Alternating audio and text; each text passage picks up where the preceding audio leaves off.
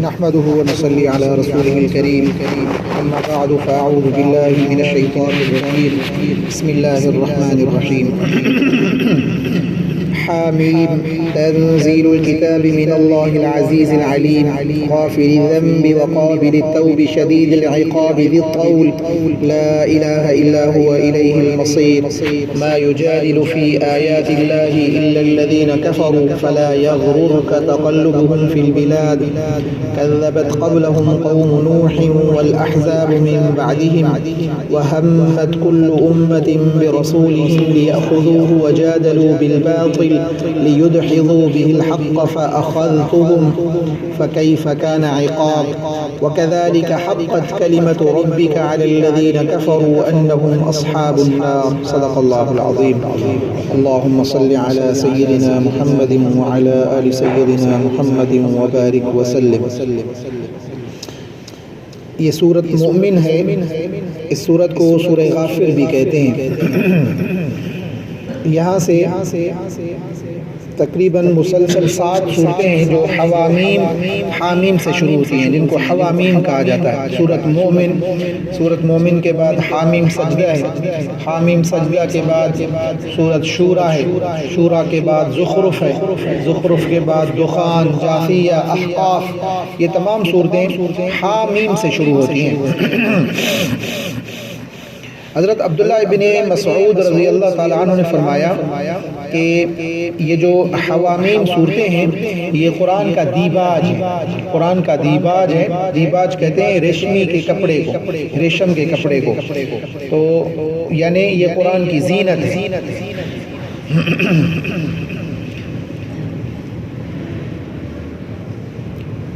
ایک روایت میں آتا ہے حضرت ابو ہریرہ رضی اللہ تعالیٰ عنہ نے فرمایا کہ جو شخص آیت الکرسی اور اس کی ابتدائی 3 آیتیں، سورۃ مومن کی 3 آیتیں الیہ المصیر تک یہ پڑھے تو اس دن ہر تکلیف اور ہر مصیبت سے یہ بندہ آزاد ہو جائے گا. اسے کوئی تکلیف کوئی مصیبت نہیں پہنچے گی. آیت الکرسی کے ساتھ اس کی 3 آیتیں پڑھے. اس میں اللہ تعالیٰ کے صفات ذکر کی گئی ہیں: العزیز، علیم، غافر الذنب وقابل التوب شدید العقاب ذی الطول لا الہ الا ہو الیہ المصیر. یہ اللہ تعالیٰ کی صفات ذکر کی گئی ہیں. کہتے ہیں کہ حضرت عمر رضی اللہ تعالیٰ عنہ کی خدمت میں ایک باوقار اور باروب آدمی آیا کرتا تھا، اہل شام کا. وہ مجلس میں بیٹھتا تھا تو کچھ وقت سے وہ محفل میں نہیں آ رہا تھا. حضرت عمر نے پوچھا کہ دور خلافت بھی حضرت عمر کا تھا کہ وہ فلاں بندہ نظر نہیں آ رہا. تو دیکھو کہ جو اہل مجلس ہیں، اہل محفل ہیں، وہ ان کو یاد کرنا چاہیے. وہ اگر ادھر ادھر ہو جاتا ہے تو حضرت عمر دیکھیں ان کو یاد کر رہے ہیں کہ وہ فلاں بندہ نظر نہیں آ رہا، کہاں ہے. تو ساتھیوں نے کہا کہ حضرت وہ تو شراب پی رہا ہے بہت اور شراب کے نشے میں مدہوش ہے. حضرت عمر رضی اللہ تعالیٰ عنہ نے فرمایا کہ ٹھیک ہے. ایک خط لکھا من عمر بن الخطاب الى فلان بن فلان، فلان کی طرف یہ خط. سلام علیک فإنی احمد الیک اللہ الذی لا الہ الا ہو غافر الذنب وقابل التوب. یہ الفاظ غافر الذنب وقابل التوب شدید العقاب ذی الطول لا الہ الا هو الیہ المصیر. یہ لکھ کر قاصد کو دیا. قاصد کو کہا کہ خیال کرنا یہ جو خط ہے وہ اس بندے کو ہاتھ میں دینا. دوسری بات یہ کہ جب نشے میں ہو تب نہ دینا، نشے کے وقت نہ دینا. کتنی بڑی خیر خواہی ہے اس کے ساتھ کہ نشے میں انکار کر دے. نشے میں وہ تو آدمی اپنے ہوش میں ہی نہیں ہے تو انکار کرنے کی وجہ سے کتنے بڑے عذاب میں مبتلا ہو جائے گا. کہ نشے میں نہ ہو، نشے سے نشہ ٹوٹ جائے اس کے بعد خط دینا اور اس کو دینا، کسی دوسرے کے حوالے نہیں کرنا. قاصد کو بھیجا، دوسرے طرف اپنی ساتھیوں کو کہا کہ بھائی اس کے لیے دعا کرو، اس کے لیے دعا کرو کہ اللہ تعالیٰ اس کے قلب کو پھیر دے اور اللہ تعالیٰ اس کو توبہ کی توفیق عطا فرمائے۔ ایک تو قاصد کو کتنی شرائط کے ساتھ بھیج رہے ہیں اور مضمون، بہترین مضمون چن کر وہ بھیج رہے ہیں، اور اس کو کہہ رہے ہیں کہ نشے کی حالت میں نہیں دینا، یہ اس کے ساتھ بہت بڑی خیر خواہی ہے، کسی دوسرے کو بھی نہیں دینا، اور خود ساتھیوں کو کہہ رہے ہیں کہ بھائی اس کے لیے دعا کریں، اس کے لیے دعا کریں کہ اللہ تعالیٰ اس کے قلب کو پھیر دے اور اللہ تعالیٰ اس کی اسے توبہ کی توفیق عطا فرمائے۔ جب حضرت عمر کا خط اس بندے کو ملا اور یہ الفاظ اس نے پڑھے تو بار بار پڑھے، یہ کلمات اس نے بار بار پڑھے، اس میں غور و فکر کرنے لگا، بار بار پڑھنے لگا، تو اس نے کہا کہ کمال کا کلام ہے، ایک تو اس میں اللہ تعالیٰ کی رحمت کا ذکر بھی ہے اور اس کے ساتھ اللہ تعالیٰ کے عذاب سے ڈرایا جا رہا ہے، اور پھر حساب کتاب کی بات ہو رہی ہے، تو وہ توبہ طائب ہوا۔ حضرت عمر رضی اللہ تعالیٰ عنہ کو معلوم ہوا کہ وہ بندہ توبہ طائب ہوا ہے، شراب پینا اس نے بالکل چھوڑ دی ہے، تو حضرت عمر نے فرمایا کہ بالکل اسی طرح کیا کرو، اگر تمہارا کوئی ساتھی کسی لغزش میں مبتلا ہو جائے، کسی غلطی میں مبتلا ہو جائے، تو تمہیں یہی چیز کرنا چاہیے کہ اس کے لیے اس کی درستگی کے لیے فکر کرو، ایک تو اس کی اصلاح کے لیے فکر کرو اور دوسرا اس کے لیے دعاؤں کا اہتمام کرو کہ اللہ تعالیٰ اس کو توبہ کی توفیق دے دیں، اور اس کے لیے اس کے مقابلے میں شیطان کے مددگار نہیں بنو، اپنے ساتھی کے مقابلے میں شیطان کے مددگار نہیں بنو کہ تم اسے غصہ دلاؤ یا تم اسے سختی کرو، غصہ کرو، تاکہ وہ غصے میں آ کر وہ دین حق کو قبول نہ کرے، آپ کی نصیحت کو قبول نہ کرے، تو یہ کرنا آپ کا یہ شیطان کی مدد کرنا ہے۔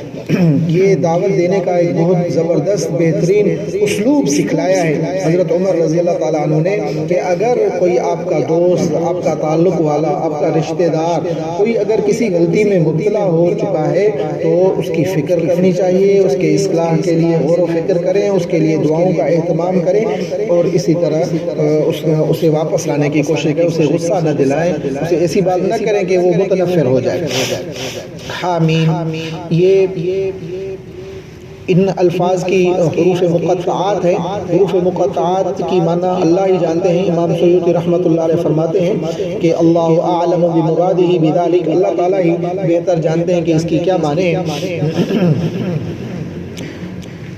تنزیل الکتاب من اللہ العزیز العلیم، کتاب کا نازل کرنا، اتارنا اللہ تعالیٰ کی طرف سے ہے جو زبردست علم والا ہے، غافر الذنب، گناہ کو معاف کرنے والا، وقابل التوب، توبہ قبول کرنے والا، شدید العقاب، سخت سزا دینے والا، ذی الطول، طاقت والا، لا الہ الا ہو، اس کے سوا کوئی معبود نہیں ہے، الیہ المصیر، اس کی طرف لوٹنا ہے، لوٹ کے جانا ہے۔ ما یجادل فی آیات اللہ، اللہ تعالیٰ کی آیتوں میں جھگڑا نہیں کرتا مگر وہ جس نے انکار کیا، یعنی اللہ کی آیتوں میں کافر ہی جھگڑا کرتے ہیں، مخالفت کرتے ہیں۔ فلا یغررک تقلبهم فی البلاد، تمہیں دھوکہ نہ دے ان کا شہروں میں پھرنا۔ جو کفار مکہ تھے، مشرکین مکہ تھے، وہ سردیوں میں یمن جاتے تھے اور گرمیوں میں شام جاتے تھے، اپنے تجارتی قافلوں کے ساتھ بہت بڑا پیسہ کماتے تھے، تو وہ کہتے تھے کہ اگر ہم حق پر نہیں ہیں، اگر ہم گمراہ ہیں، تو اللہ تعالیٰ نے ہمارے لیے کتنے راستے آسان کیے ہیں، ہمارے لیے ہمارا اکرام ہوتا ہے، وہاں ہمارا خیال کرتے ہیں کہ یہ بیت اللہ کی خدمت کرنے والے ہیں، اگر ہم ناحق پر ہوں، اگر ہم باطل پر ہوں تو ہم سے یہ نعمتیں چھن جائیں، ہمیں بہت بڑا نفع ہوتا ہے تجارت میں۔ تو پھر یہ مسلمانوں کو کہتے تھے، تو اللہ تعالیٰ نے فرمایا کہ فلا یغررک تقلب، پیسے کی فراوانی، دنیا کی آسائش، دنیا کا آرام، یہ اللہ کی رضا کی علامت نہیں ہے۔ دنیا کی تنگی، دنیا کی پریشانی، دنیا میں مصیبت زدہ ہونا، یہ اللہ تعالیٰ کے ناراض ہونے کی دلیل نہیں ہے۔